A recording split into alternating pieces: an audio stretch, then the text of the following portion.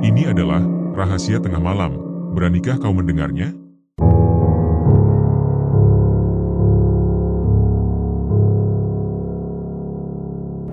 Farida dikenal sebagai sosok perempuan yang selalu tampak sehat dan penuh semangat dalam kesehariannya. Namun, pagi itu, tubuhnya mengirimkan isyarat yang berbeda. Sebuah rasa nyeri yang tidak biasa muncul di bagian payudaranya. Ia meraba dengan pelan bagian yang terasa sakit, lalu mendapati benjolan kecil yang keras dan mengganggu.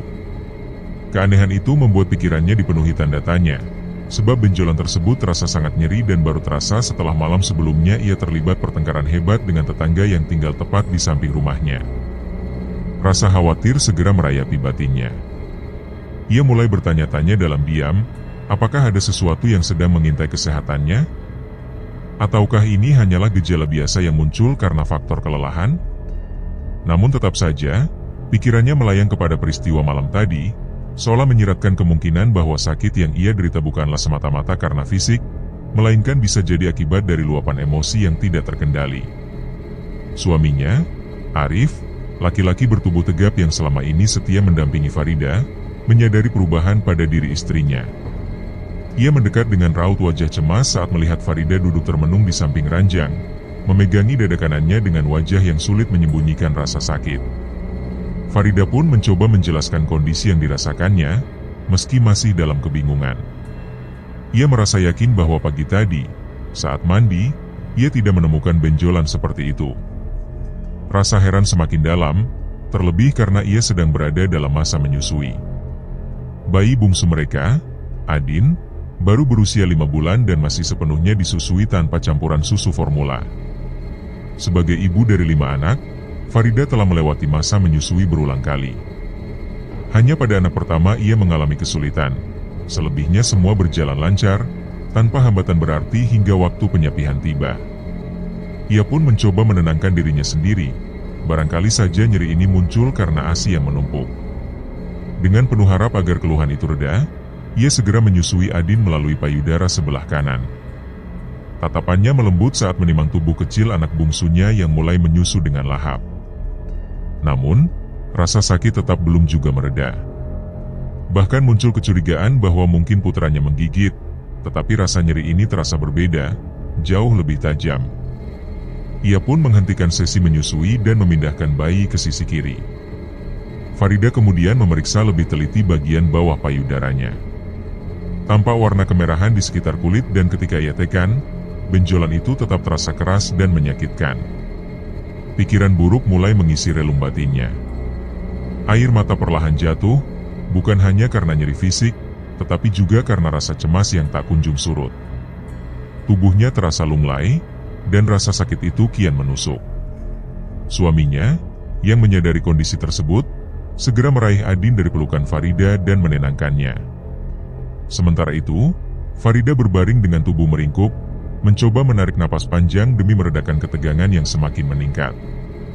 Dalam keheningan yang penuh kecemasan, pikiran Farida melayang pada kejadian malam sebelumnya. Ia teringat kembali pertengkaran dengan tetangganya, sesuatu yang belum pernah terjadi selama 1 tahun mereka tinggal di lingkungan perumahan tersebut. Hubungan mereka sebelumnya harmonis, penuh saling menghormati. Namun, pertengkaran itu bermula dari hal sepele yang melibatkan anak-anak mereka, dan entah mengapa, emosi Farida begitu mudah meledak. Penyesalan mulai menyelinap, menyiksa pikirannya dalam diam. Ia merasa bahwa luapan emosinya malam itu begitu liar dan tidak terkendali. Dalam benaknya, timbul keyakinan bahwa sakit yang kini ia rasakan mungkin merupakan dampak dari tekanan batin yang belum terselesaikan. Farida percaya bahwa tubuh dan pikiran memiliki keterkaitan erat, bahwa stres dan kemarahan bisa menimbulkan gejala fisik yang nyata. Keputusan untuk membeli rumah di perumahan pinggiran kota semula dianggap sebagai langkah terbaik bagi keluarga kecil mereka. Lingkungan yang cukup tenang, udara yang bersih, serta fasilitas yang mendukung menjadi pertimbangan utama. Anak-anak mereka pun tampak bahagia tinggal di sana, terutama 2 putri sulung mereka, Anissa yang berusia 11 tahun dan Anida yang baru menginjak 9 tahun. Meskipun pendidikan anak-anak dijalankan dengan sistem homeschooling, keduanya tetap bisa bersosialisasi dengan baik bersama teman-teman seusia mereka di lingkungan perumahan itu. Sebagai ibu, Farida merasa bersyukur melihat anak-anaknya tumbuh aktif, ceria, dan patuh terhadap aturan keluarga. Ia mengatur jadwal belajar, bermain, serta mengaji secara teratur. Salah satu keputusan besar yang mereka ambil adalah tidak memberikan ponsel kepada anak-anak, dan semua anak menerima keputusan itu tanpa perlawanan. Namun, tidak semua orang tua di lingkungan itu memiliki pandangan yang sama. Banyak anak-anak lain yang masih duduk di bangku sekolah dasar telah diberikan akses terhadap ponsel, yang kemudian membuka jalan pada berbagai persoalan baru. Hari demi hari, kegelisahan Farida semakin menjadi-jadi.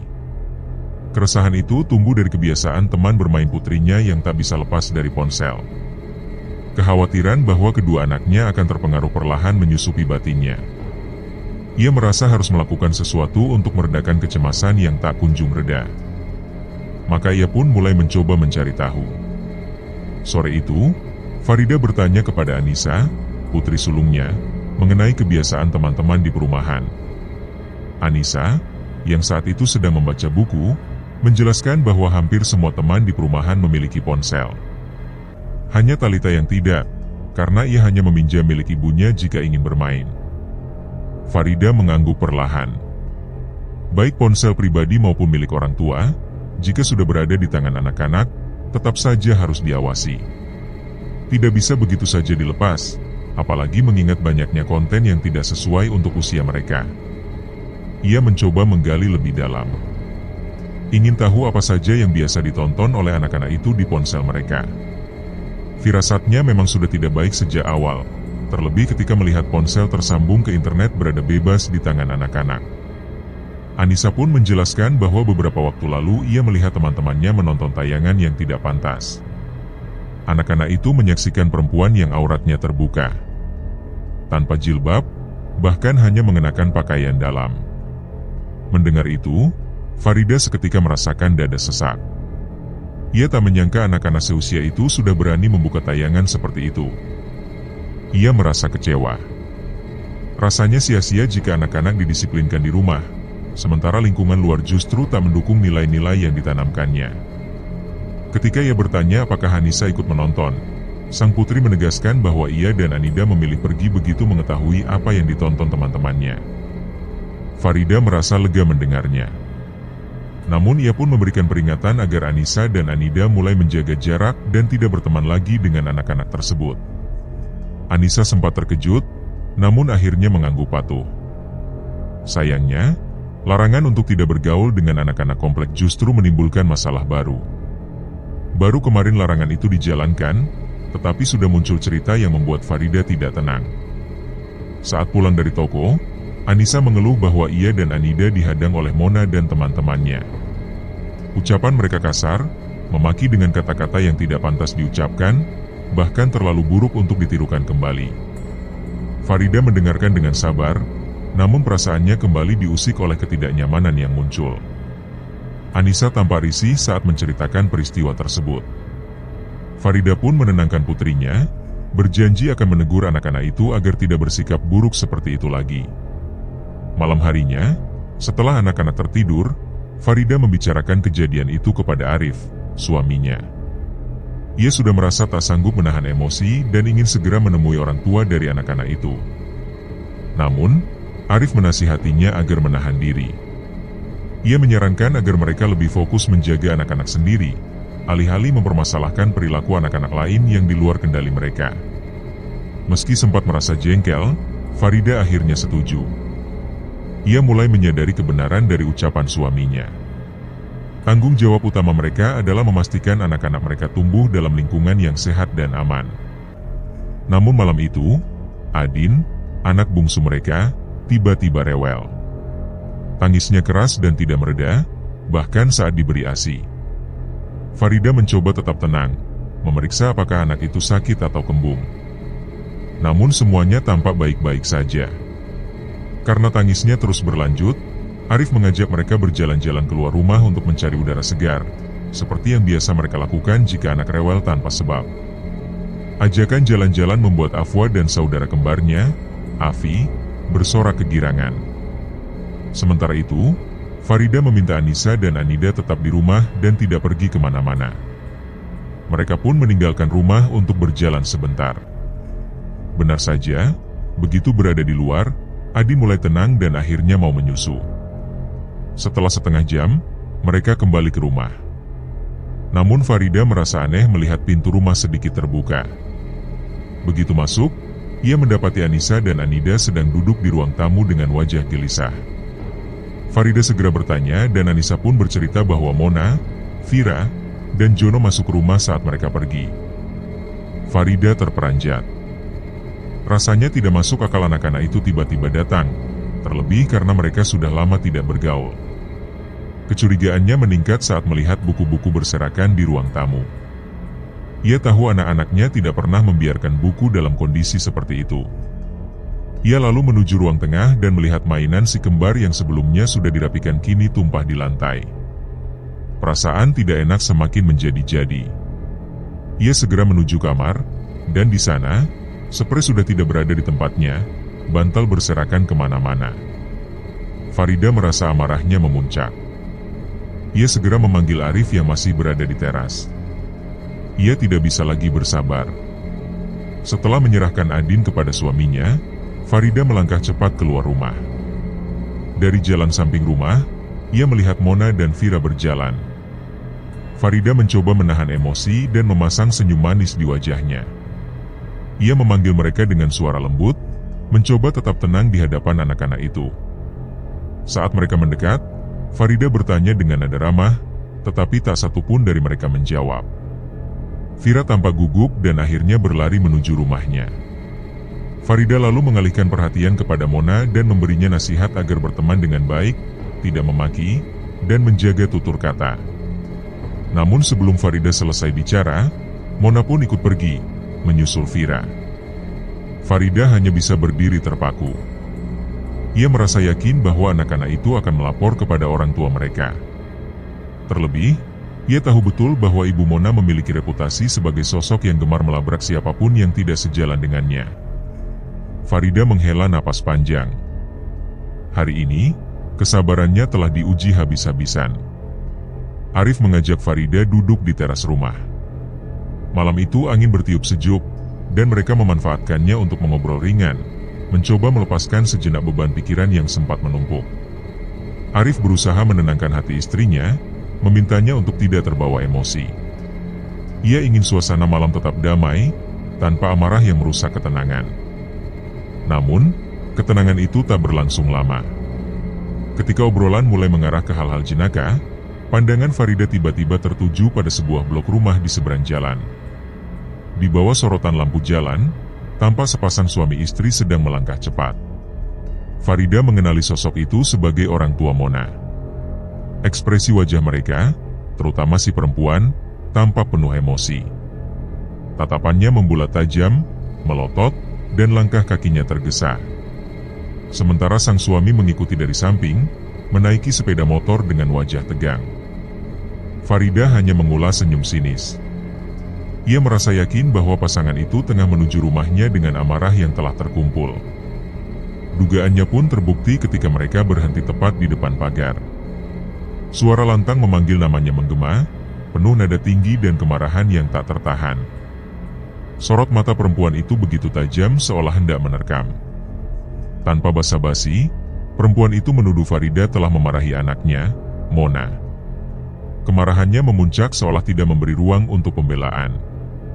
Farida yang masih berdiri di teras, menahan dadanya yang terasa sesak, berusaha tetap tenang meskipun hatinya mulai bergejolak.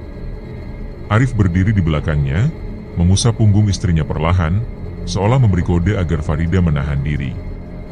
Farida mencoba mendengarkan dengan saksama, meski tiap kata yang keluar dari mulut tamunya terasa seperti hujan panah. Perempuan yang mengenakan pakaian ketat itu menuduh Farida telah membuat anaknya ketakutan, menyebut tatapan Farida yang besar sebagai bentuk kemarahan. Ia menyindir bahkan memandang rendah Farida yang mengenakan gamis dan kerudung lebar. Tuduhan terus dilemparkan tanpa memberi waktu untuk menjelaskan. Setelah cukup lama diam, akhirnya pertahanan Farida runtuh. Ia pun menjawab, dengan suara yang lebih tegas, bahwa dirinya tidak bermaksud memarahi Mona.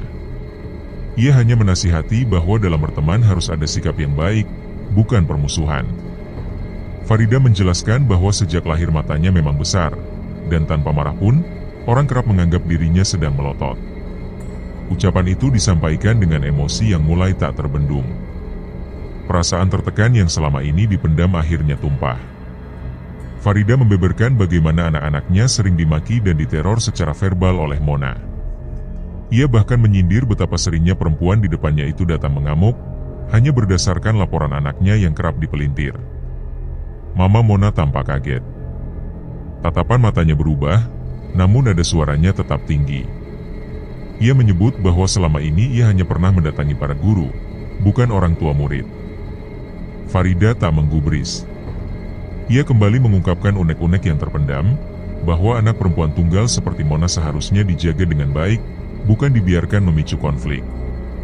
Perempuan itu akhirnya terdiam. Tangannya mengepal, lalu melepaskan napas pendek. Tanpa sepatah kata pun, ia berbalik dan berjalan pergi. Pagi hari setelah kejadian itu, Farida tersentak dari tidurnya. Azan subuh yang menggema dari musola membangunkannya. Namun, ada rasa nyeri hebat yang menyusup di dadanya. Kedua tangannya refleks memegang bagian payudaranya, yang kini terasa keras dan menyakitkan.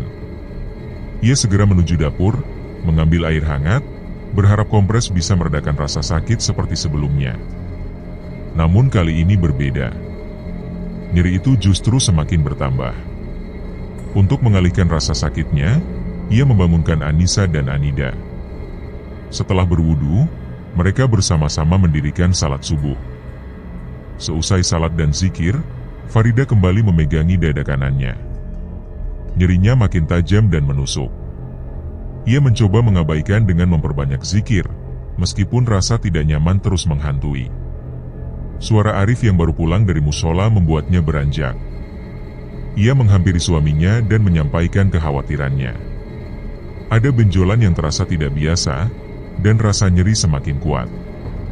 Mereka pun sepakat untuk memeriksakannya ke rumah sakit kota. Arif segera menghubungi rumah sakit untuk menanyakan jadwal dokter. Sesampainya di rumah sakit, Farida nyaris tak percaya dengan hasil yang diberikan. Dokter mengatakan bahwa kondisi yang ia alami lebih dari sekadar mastitis. Diagnosisnya adalah tumor. Hasil USG menunjukkan adanya 3 titik hitam pada bagian payudara dan ketiak kanan, indikasi tumor, serta 1 titik di payudara kiri yang mengarah pada kista jinak. Mendengar penjelasan itu, Farida memilih untuk menerima surat rujukan dan segera undur diri. Ia memandangi hasil USG itu dengan pandangan nanar. Gambar setengah badan manusia dengan titik-titik hitam di bagian yang krusial menimbulkan kecemasan. Namun dokter meyakinkannya bahwa semua itu tidak berbahaya dan bisa hilang dengan sendirinya. Selesai dari laboratorium, Farida langsung menuju rumah orang tuanya. Meski rasa sakit masih menghantui, ia tetap kuat.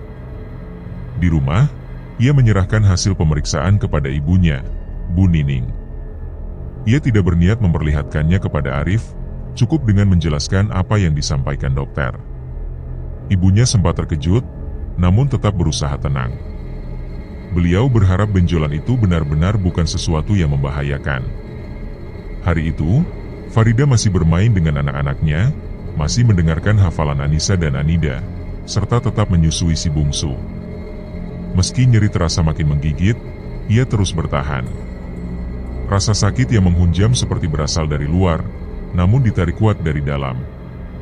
Farida hanya bisa berzikir, meminta ampun, berharap Tuhan mengangkat rasa sakit itu. Malam pun tiba, dan Farida tetap terjaga. Ia hanya bangkit untuk salat subuh, lalu kembali berbaring di kasur. Rasa sakit belum mau pergi, namun ia tetap mencoba bertahan. Pukul 6 pagi, Farida dikejutkan oleh kedatangan Pak Salim dan Bu Nining. Tanpa ada pemberitahuan sebelumnya melalui ponsel, kedua orang tua itu tiba-tiba muncul di hadapan putri mereka. Raut wajah Bu Nining begitu kentara diliputi kekhawatiran yang mendalam. Ia segera menghampiri Farida dan menggenggam erat kedua tangan sang anak, seakan ingin menyampaikan sesuatu yang sangat penting dan tak bisa ditunda. Farida sebenarnya telah menyadari bahwa kedatangan kedua orang tuanya kali ini bukan tanpa sebab. Ia tahu bahwa mereka telah mengetahui kondisi kesehatannya. Namun, Ia tetap mencoba menenangkan diri dan meyakinkan bahwa tidak ada yang perlu dikhawatirkan. Baginya, ini hanya tumor biasa, dan bukan sesuatu yang serius. Meskipun begitu, kedua orang tuanya tetap memohon agar Farida bersedia menemui dokter bedah. Mereka tidak ingin mengambil keputusan sepihak sebelum mendengar langsung penjelasan dari tenaga medis yang berkompeten. Pada akhirnya, Farida pun luluh oleh ketulusan dan kekhawatiran mereka. Ia bersedia pergi ke rumah sakit bersama orang tuanya, tempat ia sebelumnya menjalani USG. Rasa nyeri yang masih sering datang, terutama ketika hanya duduk diam tanpa melakukan aktivitas, membuatnya semakin lelah.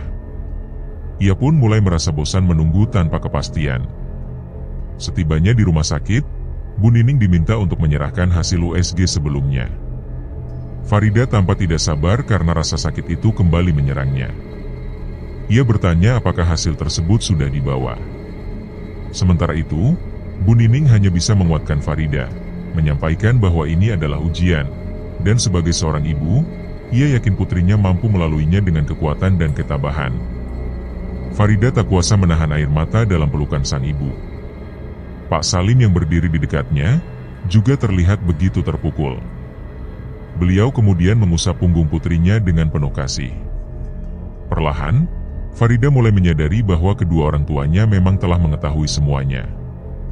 Mereka telah menerima hasil USG dari Ardi, yang semalam membacanya dan menyimpulkan hal yang sama seperti informasi yang pernah Farida temukan di internet, bahwa yang dideritanya adalah kanker. Kesedihan menyelimuti hati Farida. Ia tidak ingin berpisah dari anak-anaknya. Ia ingin tetap berada di dekat keluarga, terus menyaksikan tumbuh kembang buah hatinya, dan tak ingin kehilangan momen kebersamaan. Baginya, kehidupan ini adalah ruang untuk berbagi kasih dan ibadah.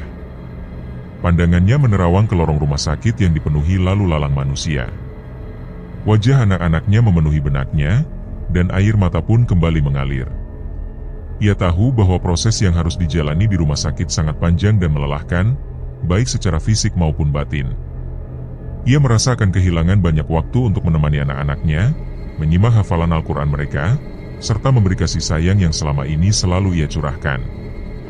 Namun, ia tidak ingin larut dalam kesedihan. Ia bertekad untuk memberikan sugesti positif bagi tubuh dan jiwanya. Dalam hati, ia mulai membisikkan tekadnya sendiri. Ia tidak ingin rumah sakit menjadi tempat yang membuatnya semakin menderita. Ia ingin bangkit dan mencoba cara lain. Mendengar pernyataan putrinya itu, Pak Salim tak mampu menyembunyikan keterkejutannya. Beliau kemudian memeluk Farida dengan erat.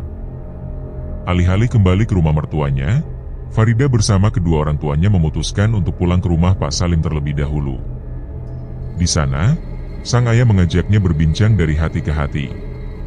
Sebagai seorang pendakwah dan juga pengusaha kuliner, Pak Salim menyampaikan pesan yang mendalam mengenai pentingnya sabar dan syukur atas setiap ketetapan Tuhan. Ia mengatakan bahwa masih ada kesempatan untuk memperbaiki diri, mempersiapkan bekal terbaik menuju akhirat. Baginya, ujian ini adalah bentuk kasih sayang Tuhan. Sore itu, Pak Salim memulai proses ruqyah untuk Farida. Beliau sendiri yang mendampingi, karena telah memiliki bekal ilmu dari pelatihan ruqyah sebelumnya. Sebelum dimulai, Pak Salim mengingatkan pentingnya taubat dari segala kemaksiatan dan memohon ampun atas dosa-dosa yang telah diperbuat. Farida pun menjalani proses ruqyah pertamanya dengan penuh penghayatan. Pada tahap awal, ia diberi segelas air zam-zam yang dicampur dengan minyak zaitun. Farida memejamkan mata saat ayat-ayat suci dibacakan. Ia terus mengucapkan istighfar, memohon ampun kepada Sang Khalik. Rasa nyeri di payudaranya terasa semakin menusuk, namun ia berusaha tetap kuat. Dalam keadaan mata tertutup, ia melihat sesuatu yang tak biasa. Gumpalan seperti molekul berwarna hijau lemon yang tampak bergerak. Bentuknya mengingatkannya pada gambar pelajaran biologi semasa sekolah dulu. Meski sempat mengira itu hanya akibat pusing, Farida tetap melanjutkan proses dengan khusyuk. Setelah beberapa waktu, ruqyah pun selesai. Ketika membuka mata, ia merasa penglihatannya menjadi lebih terang dan tubuhnya terasa lebih ringan, meskipun rasa sakit itu belum juga menghilang. Ia mengangguk ketika ayahnya menyarankan untuk mengulang ruqyah keesokan harinya. Malam harinya, Pak Salim mengantar Farida kembali ke rumah. Perempuan muda berusia 32 tahun itu sangat merindukan anak-anaknya. Setibanya di rumah, anak-anak segera menyambutnya dengan penuh sukacita. Adin, si bungsu, yang belum juga tidur, tampak begitu antusias. Farida menahan air mata yang hendak jatuh saat melihat wajah-wajah ceria itu. Ia membuka kedua lengannya dan memeluk semua anaknya sekaligus. Hatinya dipenuhi harapan dan keyakinan bahwa ia masih bisa menyaksikan mereka tumbuh dan meraih cita-cita. Ketika anak-anak telah tertidur, Farida menceritakan semua yang terjadi hari itu kepada suaminya, Arif. Meskipun terkejut atas vonis penyakit yang diderita istrinya, Arif tetap tenang dan menyatakan dukungannya terhadap ikhtiar non-medis yang tengah dijalani Farida. Ia memeluk sang istri dengan penuh kasih dan menyatakan bahwa ia akan mendukung keputusan apapun yang diambil Farida. Malam itu, Farida memutuskan untuk tidak meminum obat dari dokter. Ia ingin mencari jalur penyembuhan alternatif, tetapi belum menemukan herbal yang cocok. Arif kemudian berinisiatif mencari informasi di internet. Tak lama, ia menemukan artikel tentang akar bajaka yang dipercaya memiliki khasiat untuk mengobati kanker. Akar tersebut berasal dari pohon yang tumbuh di Pulau Kalimantan. Tanpa membuang waktu, Arif menghubungi saudara dan temannya untuk mencari akar tersebut. Namun, usahanya tak membuahkan hasil. Akhirnya, ia menemukan toko online yang menjual akar bajaka, dan lokasi penjualnya ternyata tidak jauh dari desa mereka. Arif pun segera mengajak Farida untuk ikut membeli langsung ke tempat tersebut. Setibanya di sana, mereka disambut oleh sosok yang mengenali Farida, Sinta, salah satu pelanggan catering Farida dahulu. Ketika mengetahui bahwa Farida mencari akar bajaka untuk pengobatan, Sinta terkejut dan turut bersimpati atas kondisi yang dialami sahabat lamanya itu. Ia mendoakan agar penyakit Farida segera diangkat oleh Tuhan.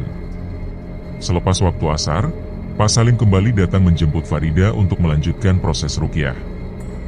Prosedur yang dijalankan masih sama seperti hari sebelumnya. Farida memejamkan mata, dan kembali melihat bayangan molekul itu muncul, persis seperti kemarin. Kepalanya mulai terasa pusing, namun Pak Salim dengan sabar terus membimbingnya agar senantiasa memohon ampunan kepada Tuhan. Memasuki hari kedua proses ruqyah, Farida tidak lagi mengalami muntah seperti sebelumnya. Kali ini, tubuhnya hanya bereaksi dengan sendawa. Dalam keadaan mata terpejam, ia kembali menyaksikan gambaran molekul berwarna hijau lemon. Ia pun menyampaikan keluhan tersebut kepada Pak Salim, yang menjelaskan bahwa tak ada satupun manusia yang benar-benar tahu apa yang terjadi dalam tubuh. Semua adalah bagian dari takdir dan rahasia Tuhan. Esok harinya, mereka sepakat untuk menambah ikhtiar dengan menjalani terapi bekam. Farida mengangguk dengan mantap, menyatakan kesiapan lahir dan batinnya. Ketika azan subuh berkumandang dari masjid di sebelah rumah, Arif membangunkan istrinya untuk salat berjamaah. Farida sempat merasa heran karena biasanya suaminya selalu salat di masjid, tetapi pagi itu ia memilih untuk melakukannya di rumah bersama istri tercintanya. Mereka pun mendirikan salat dengan khusyuk. Arif membaca surat pendek saja. Namun, saat ruku, Farida merasakan nyeri yang hebat di payudaranya. Ketika sujud, rasa sakit itu semakin menjadi-jadi hingga air mata menetes membasahi tempat sujudnya. Meskipun menahan perih, Farida tetap berusaha menyelesaikan 2 rakaat salat subuh dengan segenap tenaga. Usai menuntaskan salat, Farida tak mampu menahan tangis. Ia merasa begitu sedih karena tak bisa bersujud dengan sempurna.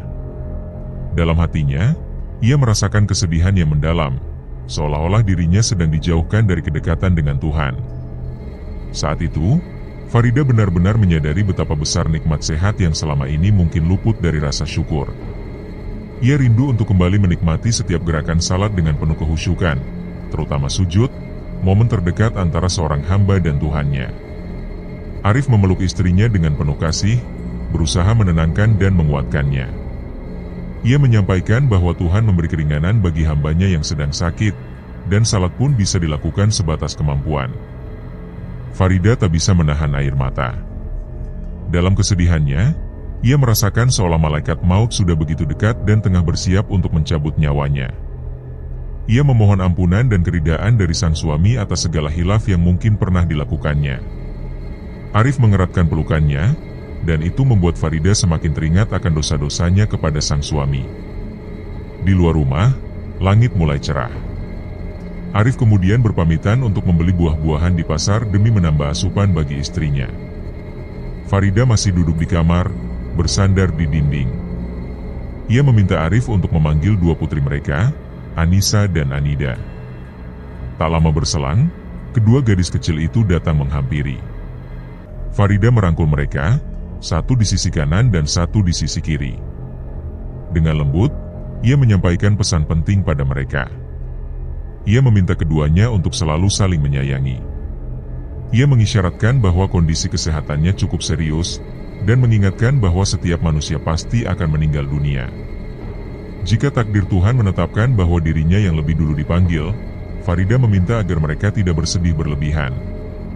Tangisan boleh, namun jangan berlarut-larut. Ia ingin kedua putrinya tetap kuat dan tegar menerima ketentuan dari Sang Pencipta. Anissa dan Anida tak kuasa menahan air mata. Mereka memeluk ibunya erat-erat, memohon agar sang ibu tidak pergi. Farida menarik napas dalam-dalam dan menahan diri agar tak ikut menangis. Ia tahu bahwa sebagai seorang ibu, dirinya harus menjadi yang terkuat di antara mereka. Ia meminta maaf atas segala kekerasan atau kemarahan yang pernah ia lontarkan saat anak-anaknya berperilaku nakal. Ia mengingatkan bahwa ajal bisa menjemput siapa saja, tidak selalu yang tua meninggal lebih dulu. Farida merasakan pelukan mereka yang semakin erat. Ia mencium kepala kedua putrinya secara bergantian, berharap kasih sayang itu menjadi kenangan abadi di hati mereka. Farida kemudian berpesan agar kakak adik itu menjaga adik-adiknya yang lain, Afi, Afwa, dan Adin. Ia mengingatkan bahwa hubungan kakak dan adik harus terus dijaga, penuh cinta, hingga akhir hayat nanti. Ia meminta agar anak-anak tidak bersedih lagi dan mendoakan kesembuhan untuknya. Sebagai pengalihan, Farida mengajak mereka kembali mengulang hafalan juz amma. Perlahan, suasana kembali ceria, meski masih tersisa semburat sedih di mata anak-anaknya. Pukul 8 pagi, Farida kembali ke rumah Pak Salim untuk melanjutkan ruqyah dan melaksanakan bekam. Proses ruqyah dilakukan seperti biasa. Ketika dibacakan surat Al-Falah, Farida kembali melihat gambaran molekul berwarna hijau lemon, namun kali ini lebih aneh. Di tengahnya muncul cahaya terang dengan garis merah tipis seperti darah, disusul oleh kemunculan gumpalan hitam yang perlahan membesar. Pak Salim terus membacakan ayat-ayat ruqyah disertai nasihat untuk bertobat. Ia menyeru agar jin dan penyakit yang menyerang tubuh Farida segera keluar. Farida merasa gumpalan hitam itu seperti sedang marah, meski tak memiliki mata. Ia merasa diancam dan ketakutan hingga tubuhnya bergetar. Air matanya kembali jatuh tanpa ia sadari. Pukul 9 pagi, ruqyah selesai. Tak lama, tim bekam datang. Sebelum proses dimulai, Farida diberi minum air zam-zam oleh Pak Salim, yang terus mengusap punggungnya sambil mengulang seruan agar penyakit dan jin segera keluar dari tubuh melalui darah. Bekam berlangsung lancar. Namun, tim menemukan keanehan pada darah Farida. Jika darah orang sehat cenderung encer dan merah segar, maka darah Farida tampak kental seperti jeli dan berwarna hitam. Bahkan, terdapat serpihan mirip pasir pantai di dalamnya. Hal ini membuat tim bekam merasa heran. Proses selesai, dan Farida kembali menemui keluarganya. Malam harinya, Pak Salim mengabarkan hasil yang lebih mengejutkan.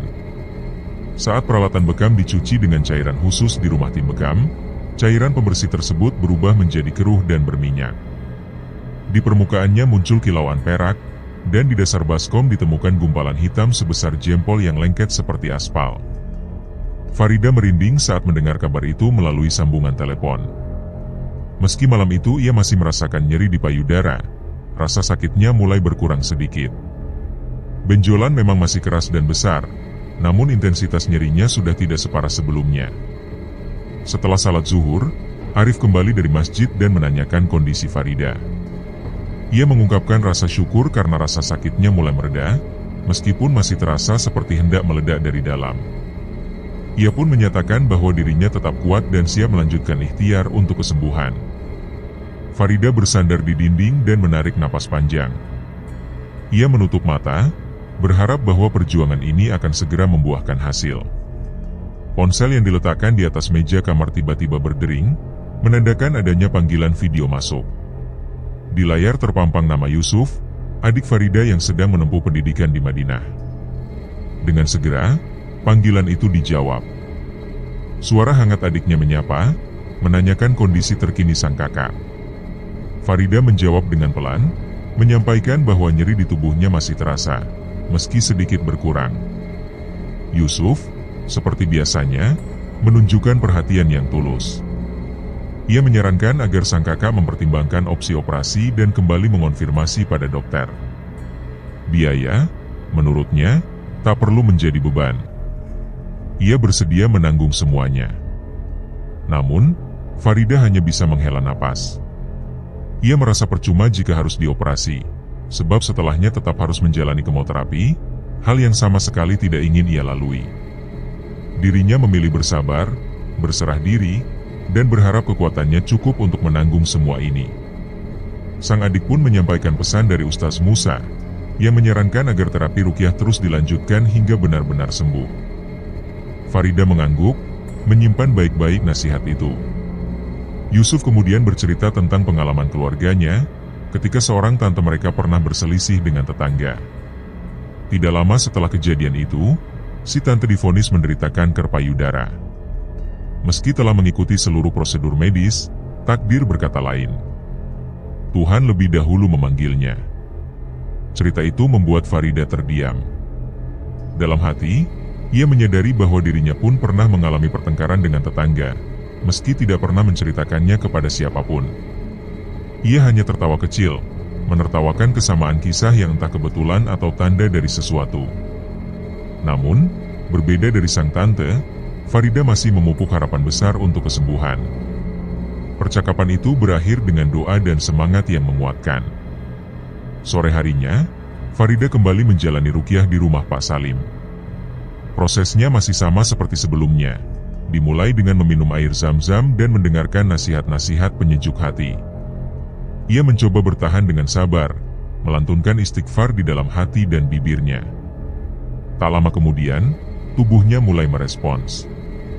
Farida bersendawa berulang kali, dan dalam pejamannya, ia seolah berada dalam lorong gelap yang panjang. Di ujungnya, terbentang padang pasir luas yang menyilaukan. Gambaran itu kemudian berubah. Kini ia seolah berada di pelabuhan luar negeri yang indah, tempat kapal-kapal pesiar bersandar rapi. Segalanya terasa nyata, begitu hidup. Di antara kebingungan, samar-samar terdengar suara ayahnya yang mengajaknya untuk terus fokus pada istighfar dan memohon ampun kepada Tuhan. Tiba-tiba, semuanya menghilang, digantikan oleh latar hijau lemon yang kembali hadir. Usai ruqyah, Farida bergegas ke kamar mandi. Sudah menjadi rutinitas setiap selesai terapi. Malam itu, ia menyadari adanya perubahan pada tubuhnya. Bagian atas payudara terasa sedikit mengempes, namun sisi bawah dan sekitar puting justru tampak semakin menonjol dan keras, seolah akan pecah. Rasa khawatir menyelimuti benaknya. Ia tahu, jika benjolan kanker sampai pecah, itu bisa menandakan fase kritis penyakit tersebut. Siang harinya, Farida bersama kedua orang tuanya, Arif, serta anak-anak berangkat menuju tempat terapi. Mereka disambut oleh pasangan suami istri berpakaian syar'i yang akan menjadi terapisnya. Keluarga Farida tidak ikut masuk, mereka memilih menunggu di luar dan mencari hiburan sementara terapi berlangsung. Metode terapi yang dijalani mengedepankan keseimbangan kerangka tubuh. Menurut sang terapis, tubuh harus dalam posisi lurus tanpa ada bagian yang terpelintir agar peredaran darah berjalan lancar. Jika sirkulasi darah baik, maka berbagai macam penyakit pun dapat terhindar. Farida diberikan semangat bahwa ada pasien lain yang kondisinya jauh lebih parah, namun berhasil sembuh atas izin Tuhan. Terapi pun dimulai. Farida diminta berbaring, menyilangkan tangan dan kaki, lalu berpindah posisi dengan cepat saat hitungan ketiga. Gerakan itu rupanya tidak semudah kelihatannya. Ia merasakan kesulitan luar biasa saat harus membalikkan badan, seperti tengah melahirkan. Namun, setelah mengerahkan seluruh tenaganya, akhirnya ia berhasil melakukannya. Ketika meraba payudaranya, Farida terkejut. Benjolan keras yang selama ini terasa, kini mulai melunak, seolah meledak dari dalam. Sebuah tanda kemajuan yang memberinya harapan baru. Setelah terapi, Farida diajarkan gerakan engklek sebagai latihan tambahan yang harus dilakukan setiap selesai salat. Meskipun tampak sederhana, gerakan ini diyakini mampu membantu menyeimbangkan sirkulasi tubuh. 2 jam terapi berlalu begitu cepat. Setelah dijemput oleh anak-anak dan Pak Salim, mereka pun pulang dan melanjutkan ruqyah di rumah. Ruqyah malam itu dimulai dengan langkah-langkah yang tak berbeda dari biasanya. Mata Farida terpejam, gambaran molekul hijau lemon kembali terlihat. Ia merasa seolah ada makhluk-makhluk kecil berbentuk seperti minion mengelilinginya. Jumlah mereka sangat banyak, meski tidak tampak jelas bentuknya. Ayat-ayat suci terus dibacakan oleh Pak Salim, diiringi doa dan seruan agar semua penyakit keluar dari tubuh Farida. Tubuh Farida kembali memberikan reaksi. Perutnya terasa bergejolak hebat, dan ia mulai muntah tanpa henti. Cairan hangat mengalir tanpa ia sadari dari bagian bawah tubuhnya. Farida terkencing-kencing, tidak mampu menahan apapun. Ia keheranan, sebab air yang keluar terasa jauh lebih banyak dari yang diminumnya. Setelah semua selesai, ia melihat sang ayah menatapnya seolah mengetahui apa yang sedang terjadi. Farida hanya bisa mengangguk pelan. Usai membersihkan diri, Farida kembali terkejut. Payudaranya kini jauh lebih mengempes dibanding sebelumnya. Hanya 1 benjolan di dekat puting yang masih terasa nyeri. Namun, perubahan itu membuatnya bersyukur. Keesokan harinya, proses ruqyah kembali dilakukan. Kali ini, Farida memulai dengan doa yang tulus. Ia memohon kepada Tuhan agar setiap ikhtiar yang dijalaninya diridai dan berbuah kesembuhan. Begitu ayat-ayat suci kembali dibacakan, bayangan molekul hitam dan latar hijau lemon kembali hadir. Sekumpulan minion kembali terasa memenuhi tubuhnya. Mereka hadir dalam jumlah yang sangat banyak, seolah berdesakan, namun tidak satu pun terlihat dengan jelas. Farida hanya bisa merasakannya dari dalam tubuhnya yang bergetar perlahan. Farida tersentak kaget. Tiba-tiba saja ia merasa seperti mendengar suara yang sangat samar, seperti berasal dari dunia lain. Ia pun mencoba memejamkan mata lebih kuat, berusaha agar suara itu terdengar lebih jelas. Perasaannya semakin bergolak saat suara itu perlahan-lahan mulai terdengar. Suara itu seperti mengeluh, menyatakan ketidaknyamanan karena sedang dibacakan ayat-ayat Al-Quran. Di tengah prosesi ruqyah yang terus berlangsung, Farida merasa tubuhnya kembali menjadi medan pergolakan. Seolah dari balik kesadarannya, ia mendengar suara yang tidak kasat mata memohon agar tidak disakiti dan diminta untuk keluar dari tubuhnya. Suasana ruqyah semakin terasa intens saat Pak Salim, sang peruqyah, terus membacakan doa dan memberi nasihat spiritual. Farida, yang masih dalam kondisi setengah sadar, tiba-tiba saja merasakan kehadiran makhluk asing. Salah satunya, yang terasa sangat besar dan gendut, tampak kebingungan. Makhluk itu seolah berusaha berbicara, mengeluh tentang tubuhnya yang terlalu besar sehingga kesulitan menemukan jalan keluar. Dalam tubuh Farida, ia merasa seperti ada bola tenis yang melompat-lompat. Bola itu bergerak dari perut ke tenggorokan, namun berhenti karena seolah tidak muat untuk keluar lewat mulut. Bola itu lalu bergeser ke kandung kemih, tetap saja tidak bisa keluar. Begitupun ketika mencoba bergerak ke arah anus, hasilnya tetap sama. Tak satu pun celah yang cukup untuk mengeluarkan bola tersebut. Farida mengerahkan seluruh tenaganya, berusaha mengusir benda yang tidak terlihat itu keluar dari tubuhnya. Rasanya seperti hendak melahirkan, namun bayi yang ditunggu tidak kunjung datang. Usahanya belum membuahkan hasil. Bola itu bahkan sempat kembali naik ke tenggorokan, mencoba keluar lewat atas. Namun tetap gagal. Farida merasa lelah dan putus asa, namun ia tidak menyerah. Dalam keheningan, ia mencoba merasakan lebih dalam keberadaan benda itu, dan seolah mendengar amarah dari bola tersebut. Suara itu terdengar kesal karena tidak diberi jalan keluar. Ketakutan mulai menyelimuti Farida. Ia memeluk tubuhnya sendiri. Meski tak melihat apapun, ia bisa merasakan gerakan bola tersebut yang tak henti-henti berpindah dari tenggorokan ke kandung kemih, dan sebaliknya. Pak Salim terus membacakan ayat-ayat Al-Quran dan memberikan nasihat, menyuruh makhluk-makhluk itu agar segera keluar sebelum ayat-ayat yang lebih kuat dibacakan ulang. Perlahan, Farida mulai bersendawa. Dari dalam tubuhnya, terasa seolah ada banyak makhluk yang mulai keluar. Jumlahnya tak terhitung, seperti pasukan dalam jumlah besar yang mundur dari medan perang. Namun bola besar tadi masih belum juga keluar. Farida merasakan benda itu mondar-mandir di sekitar pundaknya, seolah takut ketinggian. Ia terus melantunkan zikir dalam hati. Benda itu perlahan naik kembali ke tenggorokan, namun tetap tidak dapat keluar. Farida kembali bersendawa, dan kali ini benda itu seperti terjun ke dalam dasar yang sangat dalam. Tubuh Farida pun menjadi tenang.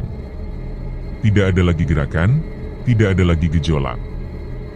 Suasana menjadi sunyi. Pak Salim kemudian menasihatinya untuk memohon ampun kepada Tuhan atas segala kesalahan yang pernah dilakukan.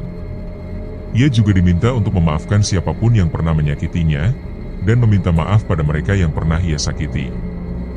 Pandangan Farida yang tadinya gelap perlahan menjadi terang.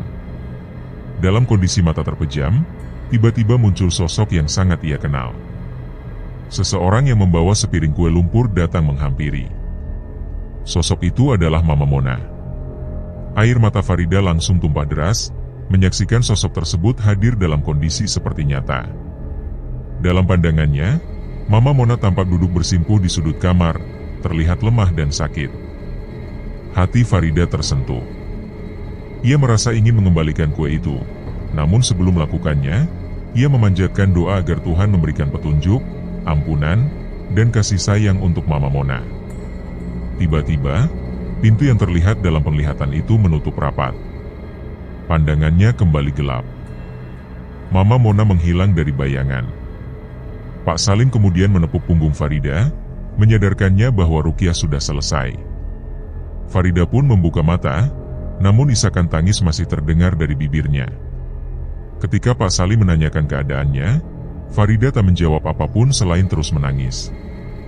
Ayahnya hanya bisa menenangkan dengan mengusap punggungnya dan membiarkannya meredakan perasaan. Setelah merasa sedikit lebih tenang, Farida berkata ingin mandi. Sesampainya di kamar mandi dan saat ia membuka bajunya, ia tertegun. Payudaranya terlihat mengempis secara drastis, hanya tersisa kulit dan benjolan kecil yang bahkan tidak lagi terasa sakit. Air mata syukur pun kembali mengalir dari mata Farida. Ia merasa proses ruqyah yang berlangsung kurang dari 1 jam ini telah memberikan hasil luar biasa. Meskipun durasi terasa singkat di dunia nyata, namun dalam pengalaman batinnya, terasa seperti perjalanan panjang. Farida merasa ridha atas ujian yang Tuhan berikan padanya. Ia yakin bahwa di balik cobaan yang begitu berat ini, ada nikmat besar yang telah disediakan olehnya. Namun, pikirannya masih belum lepas dari sosok Mama Mona. Jika benar bahwa orang itu yang mengirimkan sihir kepadanya, Farida tidak dapat membayangkan betapa dahsyatnya azab Tuhan yang akan menantinya, baik di dunia maupun di akhirat kelak. Yang membuat Farida semakin terdiam adalah kabar yang ia terima beberapa hari kemudian. Mama Mona ternyata mengalami penyakit yang sama persis seperti yang pernah ia derita.